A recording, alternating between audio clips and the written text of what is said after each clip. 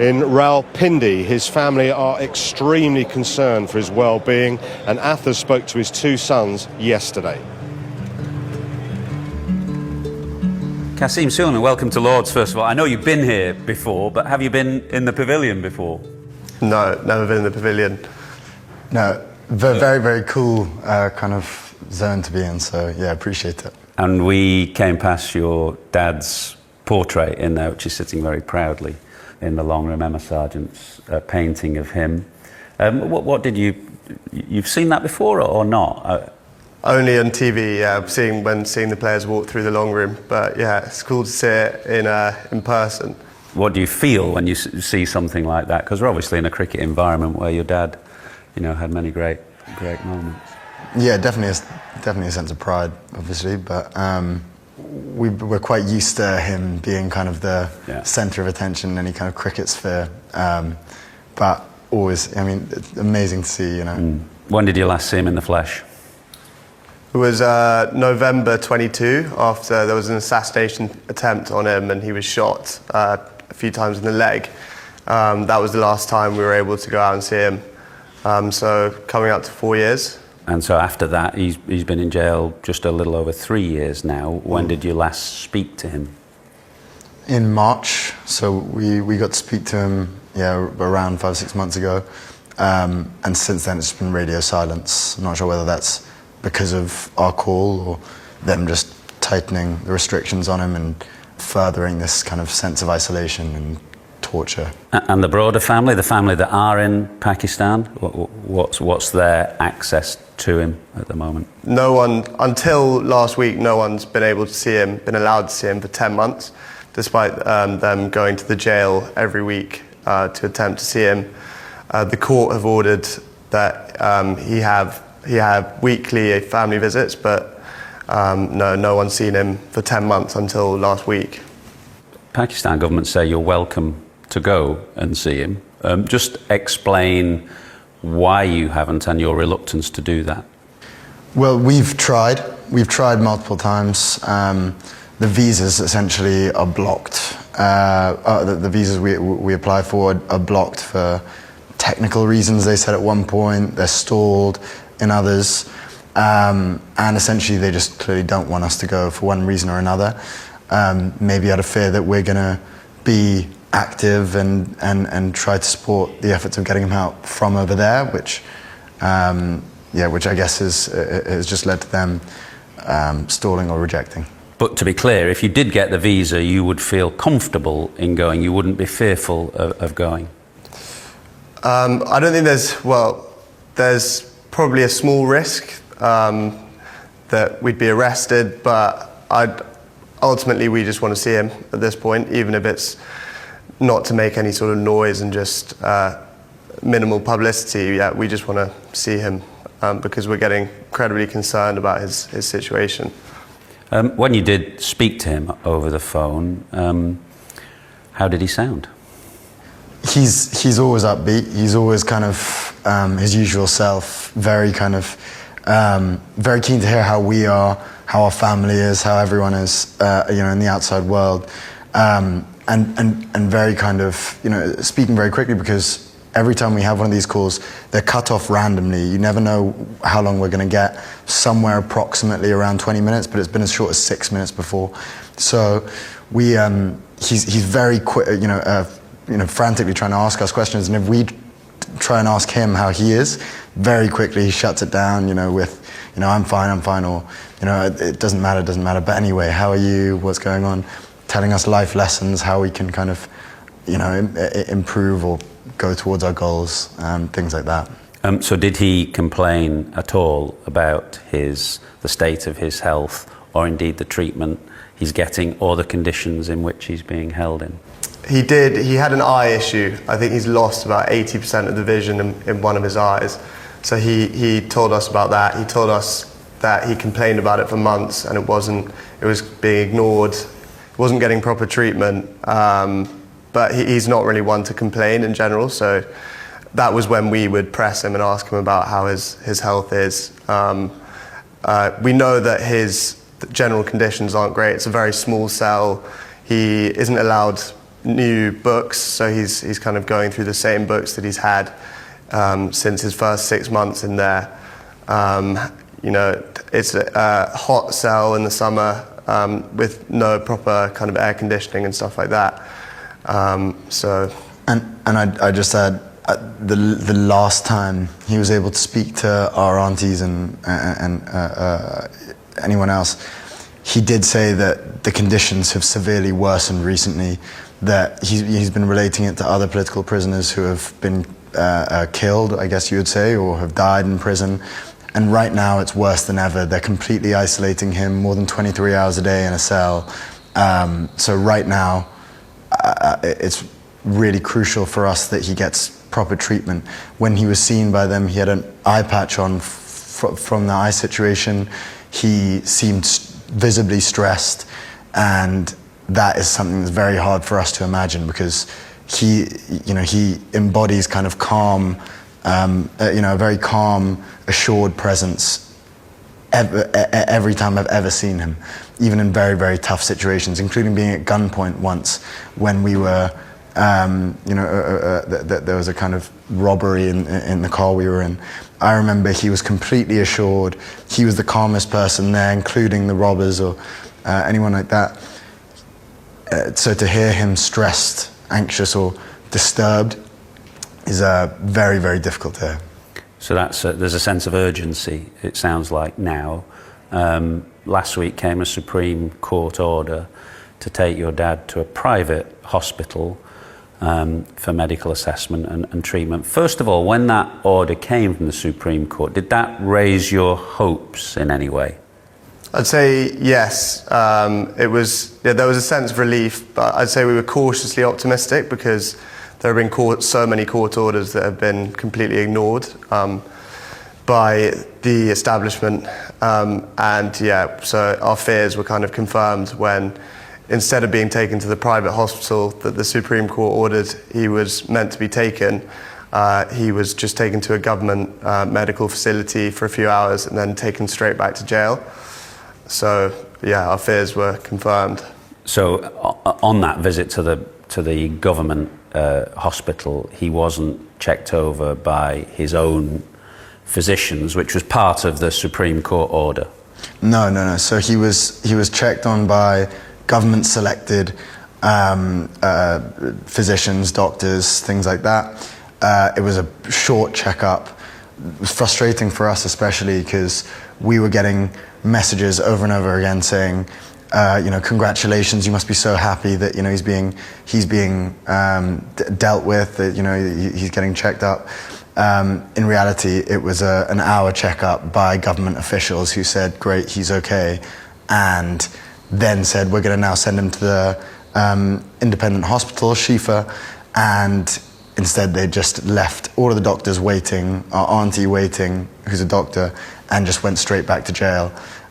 So extremely frustrating, that element especially. He still hasn't been properly checked up by an unbiased independent physician or doctor, and it just makes us think, what are they hiding? Why are they so fearful of allowing him to get reported on by an unbiased, neutral doctor? And is the fear over the eye the most urgent fear, or is it more of his general health and well-being?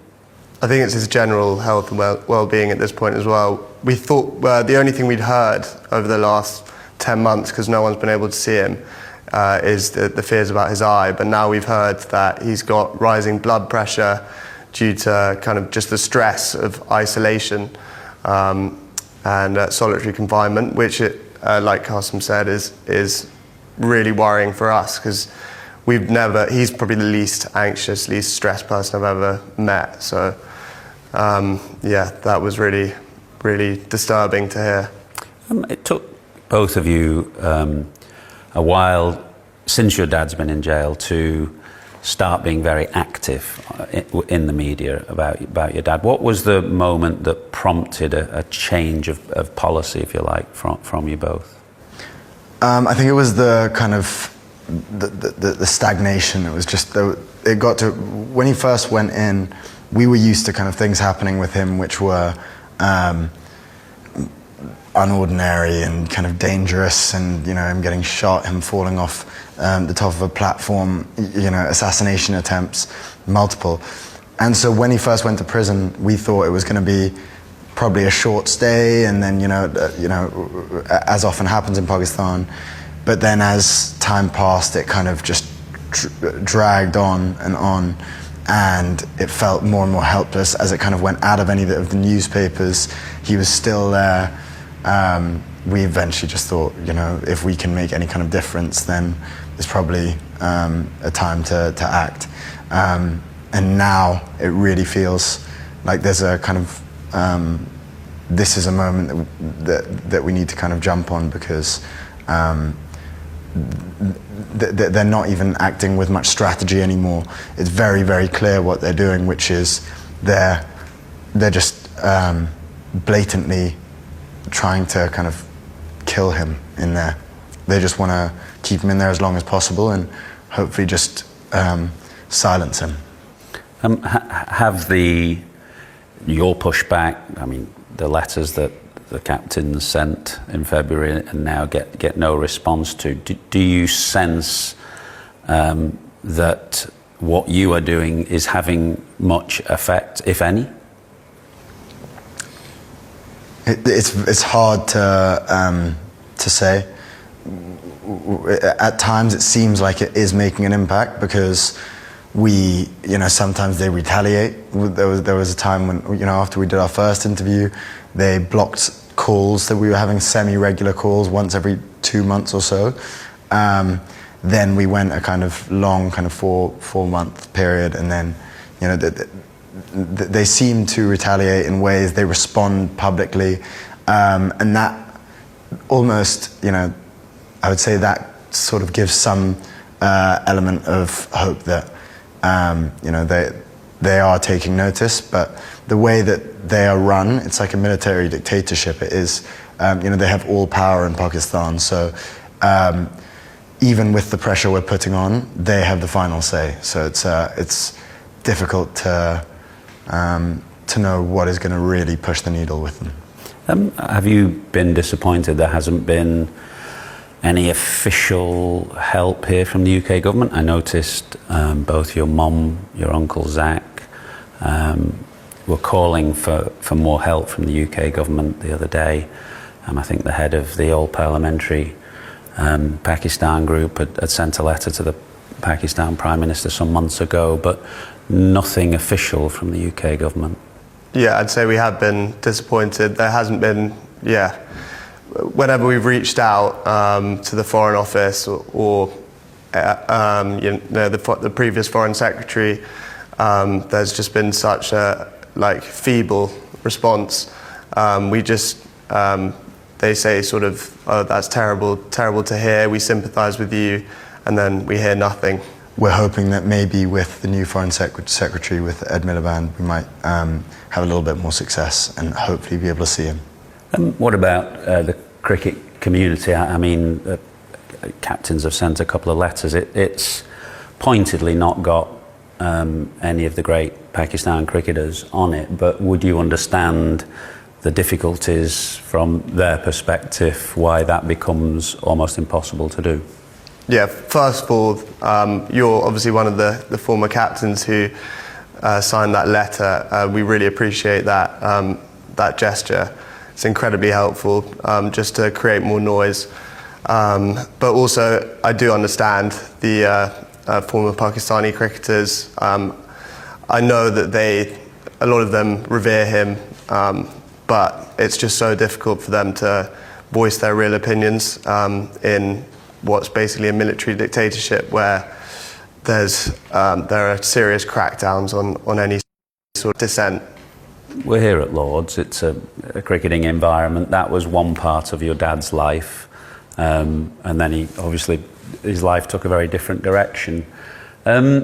With him sitting in jail now for the best part of 3 years, and given what's happened to him, do you ever regret, as his sons, that was the direction his life took, and he could have perhaps had a very easy time of it in the commentary box or something after the end of his career? Or do you just accept that that was his calling and that's what he had to do? I think for him, it is who he is. You know, it's pretty much as long as we've known him, because he entered politics from as young as I can remember, and seeing him as someone who is so passionate about ridding Pakistan of corruption, pulling people out of poverty, and hopefully bringing Pakistan out of the kind of rut it's in, that kind of ambition, that drive, and the nobility of that is something I admire more than anything about him. And I don't think he would want to live any other life than kind of fighting for what is right in Pakistan and hoping to fix the country that he feels very, passionate about. So no, I wouldn't say so. Obviously, there's a part of me that would have loved for him to be, with us the whole time, playing cricket with us or whatever, when we'd be a lot better, I'm sure. And it would be obviously amazing to have our father around the whole time, but we got to see him a lot when we went over to Pakistan. I don't think it would be fair to the people of Pakistan to rid them of what he's trying to do and has been doing for them. Final question, you're coming Friday, you're both coming Saturday, you were born in England, your dad kept in Pakistan. Who are you barracking for this week? Who are you supporting? It has to be Pakistan. England against anyone else, but... Same for you, Cass? Yeah, of course, but we'll see what happens. We'll see. But Pakistan, of course, we always support Pakistan. Thanks for your time. Thank you. Thank you. Athers were talking to the brothers yesterday. Now, as reported by AP, the Pakistan government response, it rejects allegations of mistreatment or medical neglect. Imran Khan is being detained as a convicted prisoner, held in a 7-cell compound with exercise facilities, access to home-cooked food, books and television, received 900 plus visits since imprisonment in 2023, returned to prison after doctors found him medically fit. So that's reported by AP. We reached out to the UK government for comment. Foreign Commonwealth Development Office statement: Pakistan's judicial process are a domestic matter in which the UK does not interfere. UK ministers have regularly raised with Pakistan need to uphold Pakistan's constitution and international human rights obligations, including with respect to Imran Khan. We have offered the Pakistan government further right of reply. Michael, of course, who did that interview with the brothers yesterday, is with me. You have also